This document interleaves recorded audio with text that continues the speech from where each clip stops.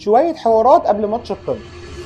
طب اهو بقى ايه رايك؟ اهو يا حبيبي اهو. طب اهو اهو طب اهو يا سيدي. اهو. لا اللي ما يعرفش بقى، وفي ماتش قمه بين الاهلي والزمالك يوم الثلاث اللي جاي. هتلاقي بقى السوشيال ميديا الفرقتين عاملين شغل فاخر. احنا كام يوم مثلا شايفين في السوشيال ميديا الزملكاويه والله يا جماعه ازمه كبيره داخل جدران النادي الاهلي بخصوص عقد تريزيجيه. غضب كبير من امام عاشور وبن شرقي بسبب عقد تريزيجيه. حبيبي ما تريزيجيه موقع بقاله شهرين، هو لسه جايين يغضبوا دلوقتي؟ على الناحيه الثانيه بقى السوشيال ميديا الاهلاويه مقلوبه، وان الاهلي توصل لاتفاق مع والد زيزو لمده 3 سنين. هو الكلام ده يحتمل الجد.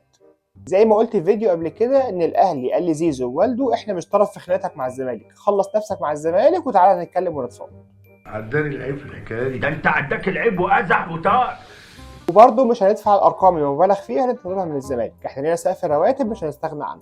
الجديد بقى ان في 2 من رجال الاعمال المقربين للاهلي ابتدوا يكلموا تاني في القصه دي. الكلام كله ان اداره الاهلي مش تدفع لزيزو اكتر من العقد اللي بياخده اي لاعب في الفئه الاولى، وان رجال الاعمال المقربين من الاهلي دول هم اللي هيتكفلوا بباقي الصفقه. طبعا الحاج والد زيزو لقى الموضوع كده قال لك تمام يا باشا احنا ما عندناش مشكله، لكن لسه ما فيش اي كلام رسمي من اداره النادي الاهلي لزيزو او والده.